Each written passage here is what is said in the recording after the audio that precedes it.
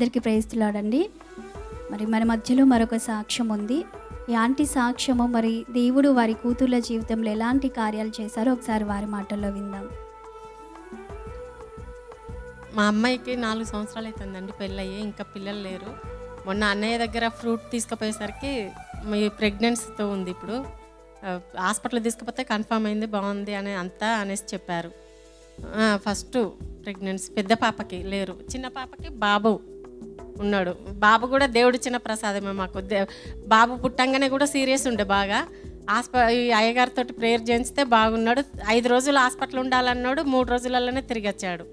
అప్పుడు కూడా మురళి పాస్టర్ కూడా అప్పుడు వాళ్ళ అమ్మ హాస్పిటల్లో ఉండే, అప్పుడు అయ్యగారు వచ్చిండ్రు. అక్కడ కూడా అయ్యగారు కూడా చేశారు, ప్రేయర్ చేసి తొందరగా దేవుడైతే తొందరగా తీసుకొచ్చిండ్రు హాస్పిటల్ ఉండాలి ఇంటికి. మాకు వీడు కూడా నైట్ కూడా ఫుల్ ఫీవర్ ఉండే అండి.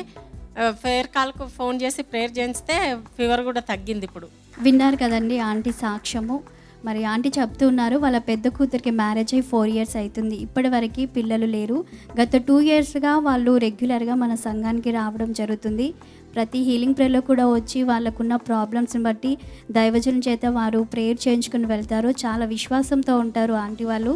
మరి అద్భుత రీతిగా దైవజనులు ప్రార్థించినప్పుడు మరి దైవజనులు ఎవ్రీ మంత్ ఒక సండే రోజు ప్రార్థించి ఫ్రూట్స్ ఇవ్వడం జరుగుతుంది పిల్లలు లేని వారికి.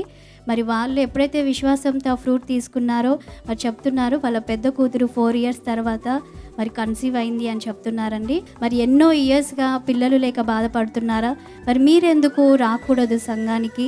మరి మాకు కూడా పిల్లలు కావాలి, మరి దేవుడు మాకు వారి జీవితంలో చేసిన కార్యము మా జీవితంలో చేస్తాడు అనే విశ్వాసం మీకున్నట్లయితే మీరు కూడా సంఘానికి రావచ్చండి. దైవజనులు ప్రార్థించినప్పుడు మీ విశ్వాసాన్ని బట్టి మీరు కూడా ఆ కార్యాన్ని మీ జీవితంలో చూస్తారు. ఈ సాక్ష్యాన్ని బట్టి దేవునికి మహిమ కలుగును గాక. ఆమేన్.